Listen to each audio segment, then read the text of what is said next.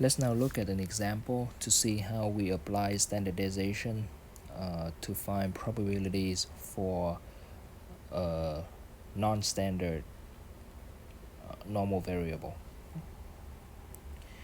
Here we have the daily number of customers is a normal variable with a mean of 32 and a standard deviation of 4. We want to find the probability that there are between 36 and 43 customers. I'm gonna let X denote the daily number of customers,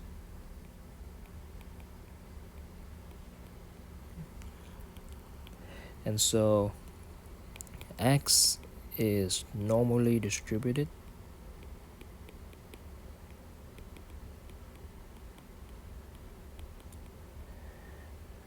The mean mu of X is equal to 32, and the standard deviation sigma of X is equal to 4. Okay. What we want to find is we want to find the probability that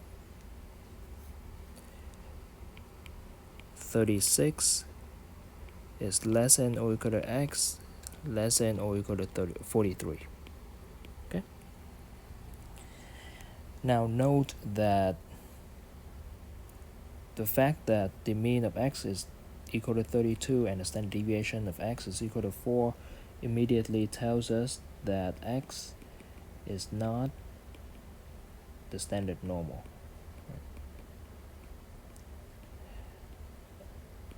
And so we cannot use the standard normal probabilities table to find the probabilities right away. We need to first convert X into the standard normal. Remember that we convert a normal variable into the standard normal by standardizing it, right? And in particular, we standardize by taking the variable, subtract the mean from it, and divide it by the standard deviation. So let's do it here.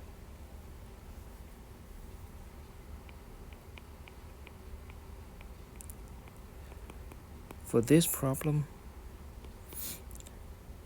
essentially what we want to do to X is we want to subtract the mean of X and divide it by the standard deviation of X. But note that this is an inequality, right? And so in order for the inequality to remain valid, whatever you do to X, you have to do the same thing to 36 and 43. In other words, you're gonna have 36 minus mu X divided by sigma X, and then you will have 43 minus mu X divided by sigma X. Okay. But we know that mu X is equal to 32, right? So this is 32, this is 32, and then sigma X is equal to 4. Right. So we're gonna have 36 minus 32 divided by 4.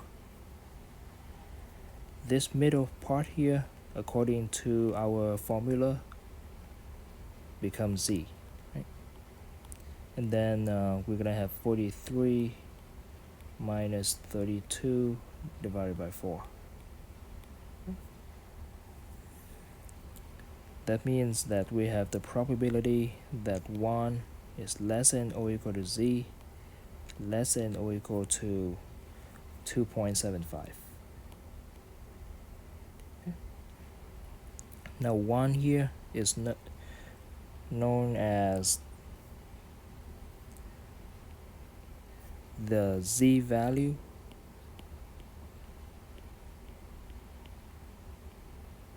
associated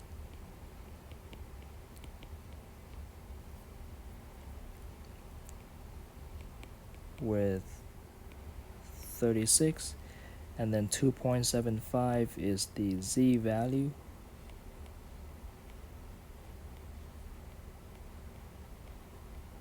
associated with 43. Now, you have turned the problem from finding the probability that 36 is less than or equal to x less than or equal to 33 from up here to finding the probability that 1 is less than or equal to z less than or equal to 2.75. We know what to do here, right?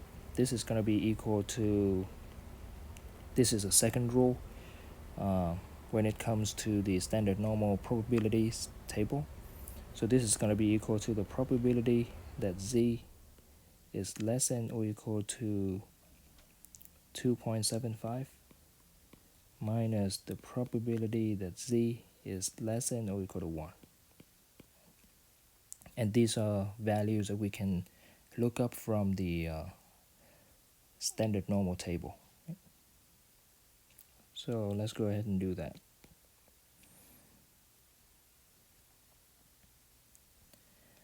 So we have 2.75 and we have 1. So the probability that z is less than or equal to 2.75, and then we want the probability that z is less than or equal to 1.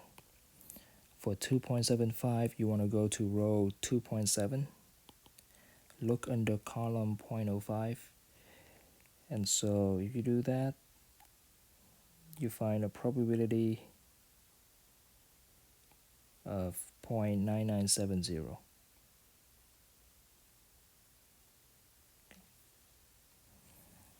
This is, and then for 1, you want to go to row, so 1, first off, 1 is just 1.00, right? So you want to go to row 1.0 and look under column 0.00. That gives you a probability of 0.8413.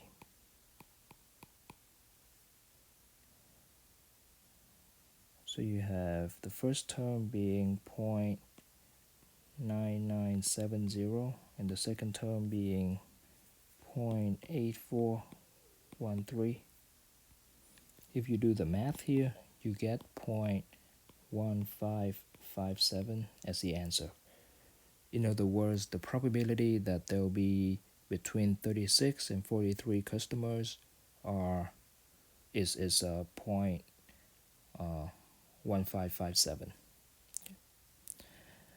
So in this video, we looked at how we apply standardization to find probabilities of a non-standard normal variable. The idea is whenever you do the standardization, if you do something to x, you have to do it to other values in the inequality as well.